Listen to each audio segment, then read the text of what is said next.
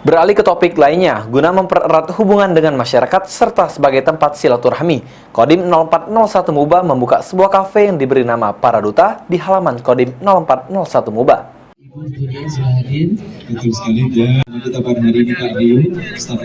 Suasana markas TNI Angkatan Darat Kodim 0401 Muba kini tidak membuat masyarakat sungkan dan seram untuk berkunjung.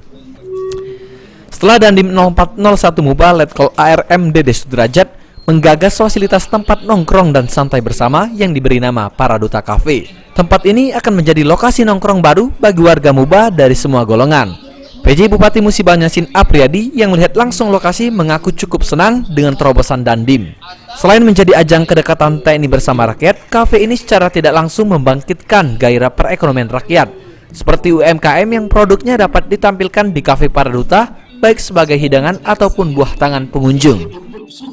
Saya memberikan apresiasi 2 jempol untuk Pak Dandim kita, Dede Sudrajat ini yang sudah berinovasi. Inovasinya adalah membuka ruang bagi publik masyarakat untuk menikmati suasana di Margo Kodim 0401 ini dalam bentuk membuka Paraduta.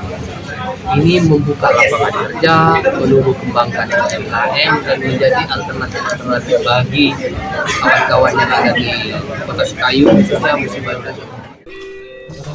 Sementara itu, Dandim 0401 Muba Letkol ARM Dede Sudrajat mengatakan, selain sebagai tempat berkumpul, Paraduta Cafe juga sebagai bentuk kedekatan TNI dengan masyarakat di Musi Banyasin. Baru 6 bulan di sini, kemudian saya melihat ada peluang. Terus agar kami itu dekat sama masyarakat, sehingga kami membuat sarana berkumpul. Ya, sebetulnya tidak hanya kafe, di sini ada toko maknya, ada rumah gambonya, ada sanggar pramukanya. Nah, tapi memang yang kami lebih eksploitasi ke masyarakat itu Paraduta Cafe. Bagaimana ini tercipta? Ya pasti otomatis kami bersama para perwira ya mengkonsep paling tepat adalah Paraduta Cafe.